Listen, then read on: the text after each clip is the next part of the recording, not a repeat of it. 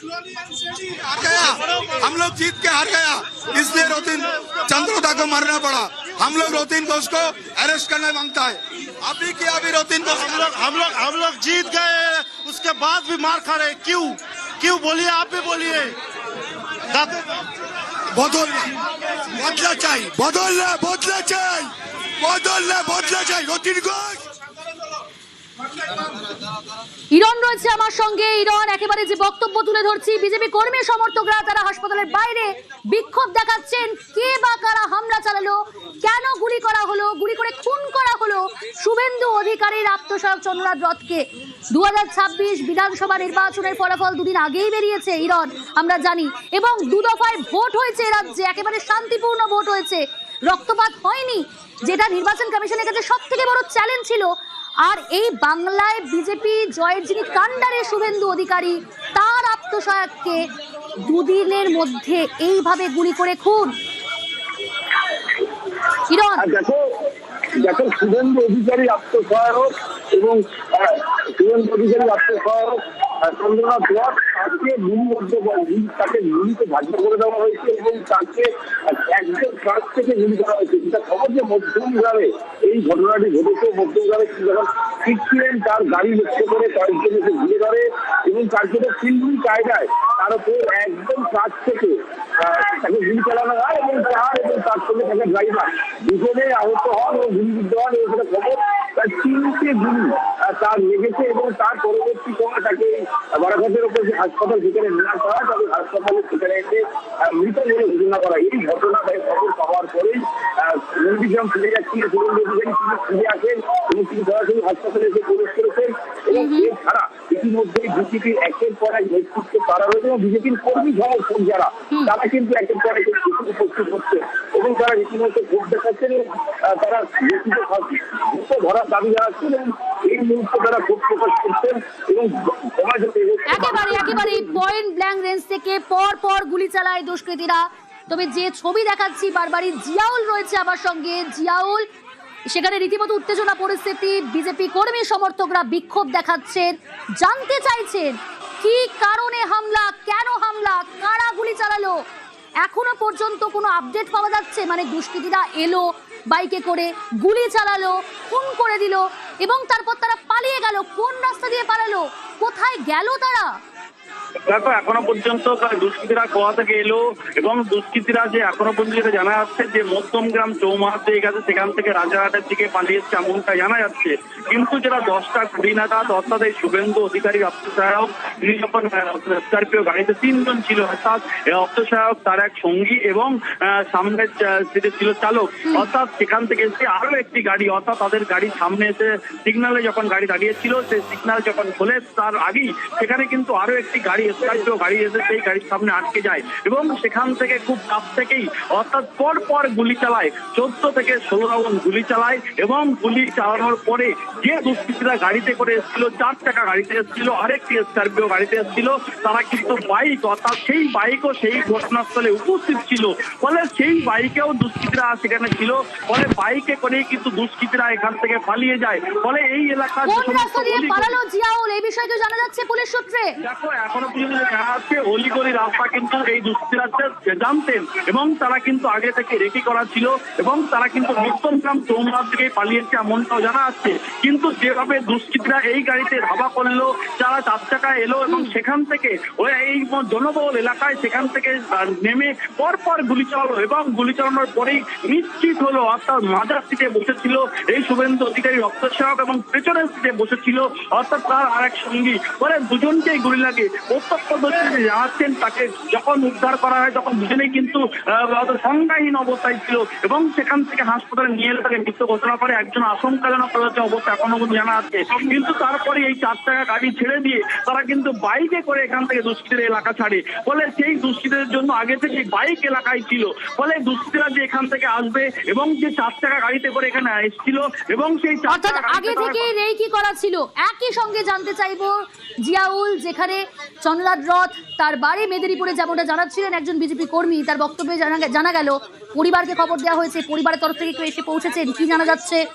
দেখো এখনো পর্যন্ত কোনো পরিবারের সদস্য এসে পৌঁছায়নি, যেটা জানা যাচ্ছে তার বাড়ি মেদিনীপুরে হলেও মধ্যম গ্রামে তিনি থাকতেন, এখানে ভাড়া বাড়িতে তিনি থাকতেন এবং সেই বাড়িতে আসার পথে কিন্তু গুলিবিদ্ধ হয়। কিন্তু যেটা জানা যাচ্ছে এখনো পর্যন্ত শুভেন্দু অধিকারী তিনি যেমন এসছেন, সুকান্ত মজুমদার এসছেন, অর্জুন সিং থেকে শুরু করে একাধিক কিন্তু রাজ্যের শীর্ষ নেতারা এসছেন, একাধিক বিধায়ক ঘটনাস্থলে এসছেন, কিন্তু সবাই জানার চেষ্টা করছে কেন, কি উদ্দেশ্য করে এই শুধু অপসারকে টার্গেট করা হলো এবং তাই খুব কাছ থেকে গুলি করা হলো। এবং তোমাকে যেন জানাচ্ছিলাম তারা কিন্তু 4 চাকা গাড়িতে এসেছিল, এই 4 চাকা গাড়িটি এই যে অপসারকের গাড়ি ছিল সেই গাড়ির সামনে এসে দাঁড়িয়ে পড়ে এবং সেখান থেকে পরপর গুলি চালায়, 14 থেকে 18 রাউন্ড গুলি চালায় এবং তার মৃত্যু নিশ্চিত করার পরেই তারা কিন্তু সেই গাড়ি ছেড়ে কিন্তু বাইকে করে তারা কিন্তু এলাকা ছাড়ে এবং সেই দুষ্কৃতীরা এলাকার যে সমস্ত অলিগলি রাস্তা সেগুলোও কিন্তু তারা জানতো।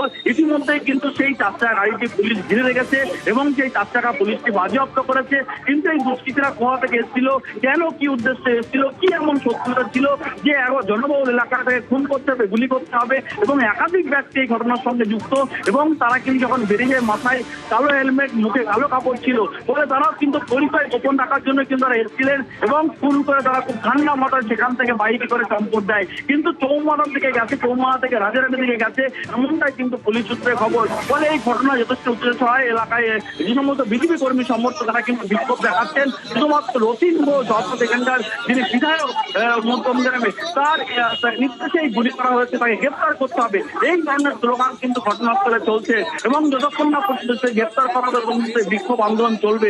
এই মুহূর্তে কিন্তু যশোর রোড অর্থাৎ এই নার্সিংহোমের একেবারে পাশে যশোর রোড প্রায় ঘন্টা 2 ধরে পুরোপুরি অবরুদ্ধ হয়ে রয়েছে। ফলে এই ঘটনা যত সমাজে তত উত্তেজনা পরিবেশ তৈরি হচ্ছে এবং দোষীদেরকে গ্রেপ্তার করতে হবে এই দাবি কিন্তু বারংবার উঠছে। ফলে কেন গুলি করলো, একেবারে জিয়াউল সঙ্গে থাকো, অপর প্রতিনিধি ইরন রয়েছে আমার সঙ্গে। ইরন, লালবাজারের তরফ থেকে ঘোষণা করা হয়েছে যে real time ground intelligence active থাকার কথা, অর্থাৎ রাতের বেলায় কোনো রকম কোনো অপ্রীতিকর ঘটনা যাতে না ঘটে তার জন্য আগে থেকেই সতর্ক করা হয়েছে, নিরাপত্তা জোরদার রাখা হয়েছে। তাহলে এরকম নিশ্চিদ্র নিরাপত্তা থাকা সত্ত্বেও কিভাবে এই ঘটনা ঘটে গেল? আমরা আবারও যোগাযোগ করবো ইরনের সঙ্গে। সব থেকে বড় প্রশ্ন এটাই, যেখানে real time ground intelligence active সেখানে শুভেন্দু অধিকারীর আত্মসহায়ক চন্দ্রনাথ রথকে কিভাবে গুলি, কেন গুলি, কারা হামলা চালালো, নিরাপত্তা এতটা জোরদার? একটা স্করপিও, তার মুখে দাঁড় করানো একটা 4 চাকা গাড়ি দেখলাম, একটা 2 সিটের মাঝখানে একজন পড়ে আছে, একজন পেছনে পড়ে আছে রক্তাক্ত। কজন ছিল গাড়িতে যারা এসেছিল? আমি যখন পৌঁছেছি তার আগে বেরিয়ে গেছে। বাইকে ছিল না, 4 চাকায় এসছে, গাড়ি গার্ড করেছে, গুলি করে যতদূর সম্ভব বাইকে বেরিয়ে গেছে। কারণ অলিগলি যারা এসেছিল তারা খুবই পরিচিত হবে, কারণ বাইকে যখন বেরিয়েছে তখন অলিগলি দিয়ে বেরোতে হতে পারে, এইটা পরিকল্পনা ছিল। এবং 3টে গুলির খোল পাওয়া গেছে স্পট থেকে। উড়ে গেলাম, গিয়ে দেখলাম একটা স্করপিও, তার মুখে দাঁড় করানো একটা 4 চাকা গাড়ি দেখলাম, একটা 2 সিটের মাঝখানে একজন পড়ে আছে। শুনলেন আপনারা প্রত্যক্ষদর্শী তার বক্তব্য, একেবারে সরাসরি তিনি বলছেন যে কি স্করপিও একটি গাড়ি, 4 চাকা গাড়ি সেখানে আসে, গাড়ি থামিয়ে তারপর পরপর গুলি চালায় আর দুষ্কৃতীরা পালিয়ে যায় বাইকে করে।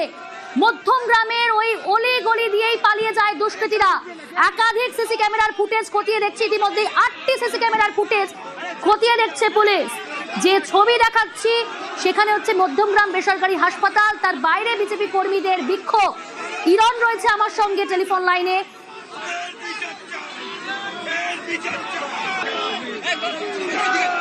মধ্যমগ্রামে খুন শুভেন্দু অধিকারীর আত্মসহায়ক চন্দ্রনাথ রথ, শুভেন্দু অধিকারীর আত্মসহায়ককে গুলি করে খুন।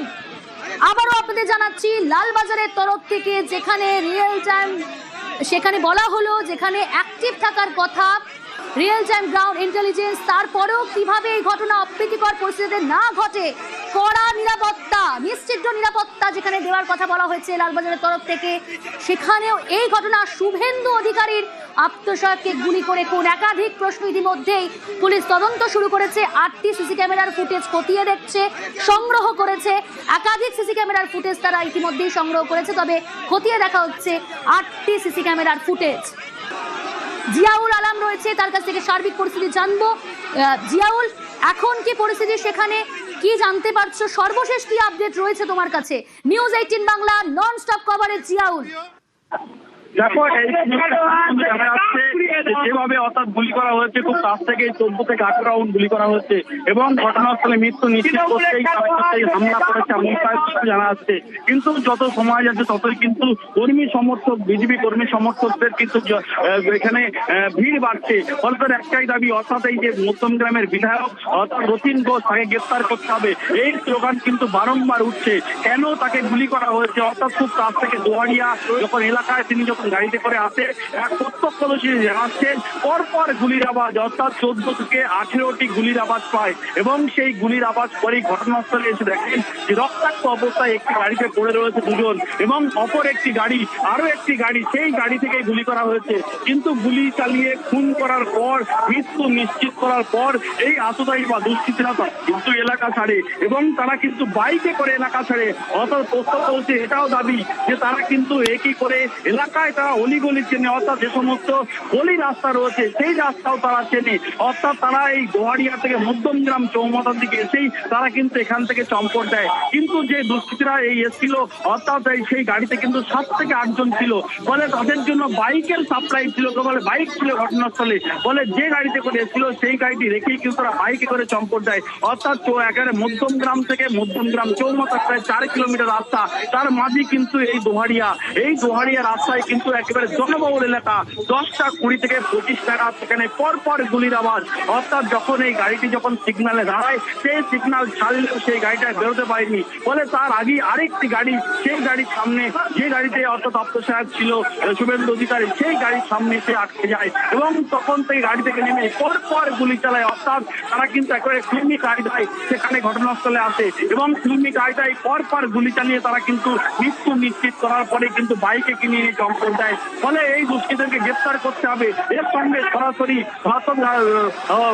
রতিন ঘোষ, একেবারে মধ্যমগ্রামের বিধায়ক রতিন ঘোষকে গ্রেফতার করতে হবে। এই দাবি তুলেই কিন্তু এই মুহূর্তে স্লোগান উঠছে এই হাসপাতালের সামনে। ইতিমধ্যেই কিন্তু একদিকে শুভেন্দু অধিকারী, রাষ্ট্রসহায়ক শুভেন্দু অধিকারী যেমন এসছেন, সুকান্ত মজুমদার, অর্জুন সিং থেকে শুরু করে শীর্ষস্থানীয় রাজ্য রাজনৈতিক নেতা অর্থাৎ বিজেপির নেতারা এসছেন এবং পুলিশের শীর্ষ কর্তারাও কিন্তু এই মুহূর্তে ঘটনাস্থলে এসছেন। তার কারণ একেবারে বারংবার বলে দেওয়া হচ্ছে কোনো দুষ্কৃতীদেরকে রং দেখে এ করা হবে না, যারা অন্যায় করে তাকে গ্রেফতার করতে হবে। ফলে তার মধ্যেই নতুন করে ইতিমধ্যেই কিন্তু যেভাবে শুভেন্দু অধিকারী রক্তসহায়ককে খুব কাছ থেকে গুলি করা হয়েছে, গুলি করে খুন করা হয়েছে।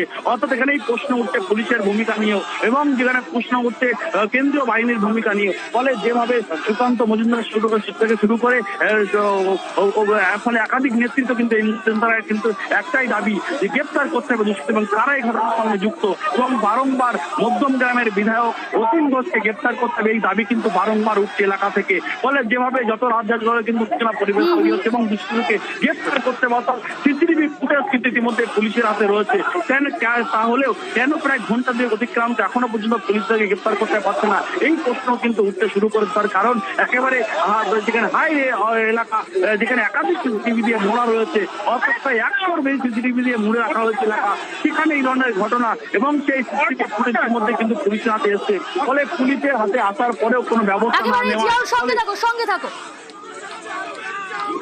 में एक 4 व्हीलर था, उसके पीछे में वो गाड़ी था। जैसे ही वो गाड़ी ऐसे रुका तो अचानक पीछे से एक बाइक आया और बाइक में 3 आदमी सवार था और अचानक आवाज सुनाई दिया। हम लोग दौड़ के जब गए, देख रहे पूरा एकदम पूरा लखपत खून से पड़ा हुआ है।